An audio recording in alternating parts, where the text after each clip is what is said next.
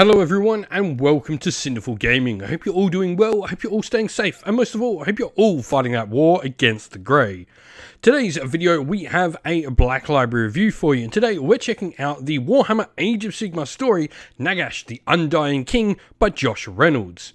Now, I always do like to listen to these in audio format when they come out. I can listen to them while I'm doing some hobby, painting, building, even doing some work on the YouTube channel, editing and all that stuff, or indeed listening to them while I'm putting the kids to bed or some other stuff around the house. So generally, I listen to the audio versions of most of these stories, though I do read a few from here and now. But this one is narrated by Emma Gregory, who is by far one of probably my top 5 for narrators that Games Workshop work with. I think she does a fantastic job at whatever story they give her. And in this one, she really does bring all the different characters to life. I think she has a really good ability to not only provide us with fantastic female voices, but also can really provide a strong male character voice as well, which just makes listening to this so easy, as she can make so many different sort of voices within her characters that make it easy to tell who is who when you're listening, which I think is incredibly important in an audio format story. But with that said, let's talk about the story itself. And so, since the dark days of the Great Awakening, the scattered remnants of humanity have clung to a bleak existence, surviving howsoever they can, no matter what the cost. Tamra, a voivode of the Rictus clans, fights one last desperate battle for the survival of her tribe, the Drak. Now her people face the most relentless enemy ever, the lumbering minions of the Plague God. Where is their Lord Nagash, the Undying King, when his people need him most? As the gods and their servants vie for power in the mortal realms, Tamra is drawn into the deadly game between life and death, as beings long thought gone start to exert their powers once again. Today's video is brought to you by Gap Games, a fantastic retailer in Australia for a variety of different miniature war games. If you'd like to help support the channel, we have an affiliate link where by clicking on and purchasing, you'll help support the channel, but you'll also help support Gap Games, which is a fantastic servant to the community. So this story's purpose, right, so this is definitely one of those stories that, you know, is named after a major character. Now, some of these, like, say, the Angron story, are more about how they affect the universe, and this is definitely what this story is about. Nagash is definitely an overarching theme of the story, rather than a central character to it. Now, there are definitely some fantastic stories about Nagash being the main player in the story, if you want. The Time of Legends story that looks at Nagash's rise in Warhammer Fantasy is fantastic for looking at Nagash as a primary character, but in this, he is sort of the overarching theme of the story. And this story does take place as he's sort of rising to power, or at least gaining some power back after his defeat at the Battle of Black Skies, which is where Archaon utterly destroys his sort of physical form. Now, in this, we do see the Mortarchs of Nagash, mainly Neferata and Arkan the Black, taking the fight to his enemies and trying to lead the people of Nagash to sort of defend the realm and hold together his dominion over the mortal realm of death, the realm of Shyish. And so, our main character, as you might have guessed from the initial blurb in the story, our main character is a woman called Tamra, a voivode of the Rictus clan. She's sort of like a minor sorcerer of Nagash, sort of leading her people with sort of, you know, very shamanistic sort of magical, prophetic ways. That's sort of what she is to everyone. She's, you know, this sort of tribal shaman leader character. And at the very early start of the story, she really does come into control of more than just her own clan, like a large swath of people from many of the different Rictus clans. She's just one of a few of the Rictus clans, which is pretty cool. And so over the course of this, we learn a lot about her. She's sort of, you know, this quite powerful voivode, you know. She would be heralding on becoming, you know, a full-blown necromancer. She's got quite a bit more power than many of her peers from the other clans. She sort of, I guess, takes dominance and takes sort of the lead role of all these different voivodes that come together to sort of defend their people, mainly thanks to the benefactors she will gain throughout the story. So over the course of that story, what does change about Tamara?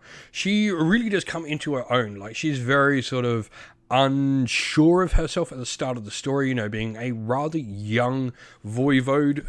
Many of the other voivodes are very, very senior to her, though, like I said, she does have, you know, this really powerful sort of magic compared to many of the others.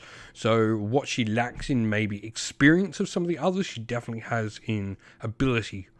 Now, over the course of the story, she really does sort of learn more about her power, learns how strong she really can be, learns to be a much stronger leader, definitely taking some of the advice of some of the other voivodes that she's maybe closer to, but also, I guess, learning to assert authority on the other voivodes as well with said power, with said benefactors behind her. She gains this sort of authority more so, and this will lead her to do even more powerful things as she learns more about just how really powerful she is. And so, what does this story do well? I mean, this is a Josh Reynolds story in Age of Sigmar. It's not referred to by many as Age of Reynolds in the early years for nothing. He does a fantastic job of bringing so many different characters to life.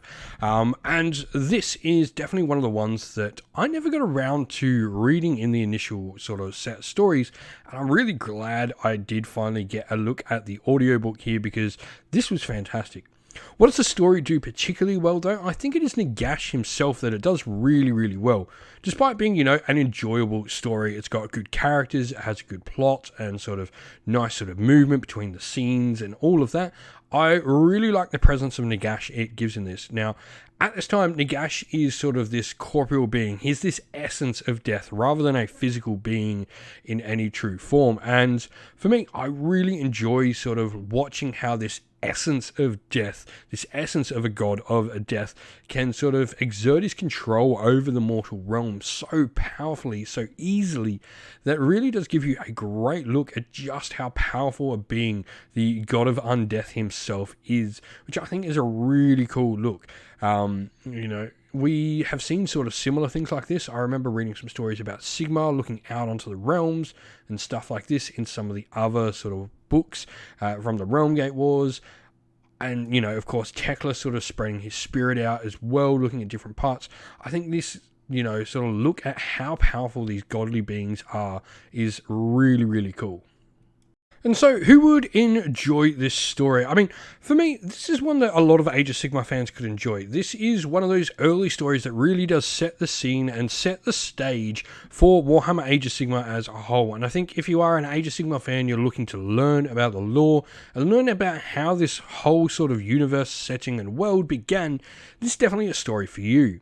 Now, if you're especially fond of, you know, the armies of death, you're a Nagash stan, as it were, and you want to learn more about his sort of rise to prominence a second time in the mortal realms, I think this is a really good story to check out. It obviously does feature some other strong characters, as we've mentioned. Both Arcan the Black and Neferata the Mortarch of Blood feature within this story as well, and we do get mentions of Manfred, though he doesn't really appear very much at all within the story. I think if you're a Legions of Nagash player, this is probably a really great place to sort of get an idea of how your faction started to be really what we see it as now in the Mortal Realms. And so, in summary, I mean, as I said, Age of Reynolds, this is its best again. Some of the early stuff in Age of Sigmar I don't think gets way enough love. I think there's some really, really strong stories in there, even in the Realm Gate Wars, which I think maybe wasn't the most well-received series at the start because it was so Stormcast focused. It didn't really have a look at many of the sort of mortals of the realms, but I think now we look back on many of these early edition Age of Sigmar stories, we see how important they are to the setting to show us what we are, what we needed to get to. This is a strong story, though, with well-developed characters and likable characters as well. You definitely really do reading about Tamara, sort of get to like her, get to want her to succeed, get to want her to get the things she needs to save her people.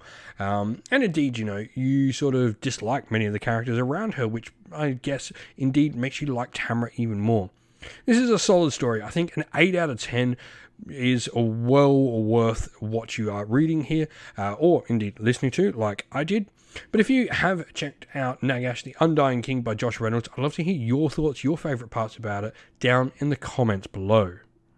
And so, that's the end of the video. We hope you all enjoyed it. If you did, please don't forget to leave a like, subscribe, and drop a comment down below, letting us know what you enjoyed about the video.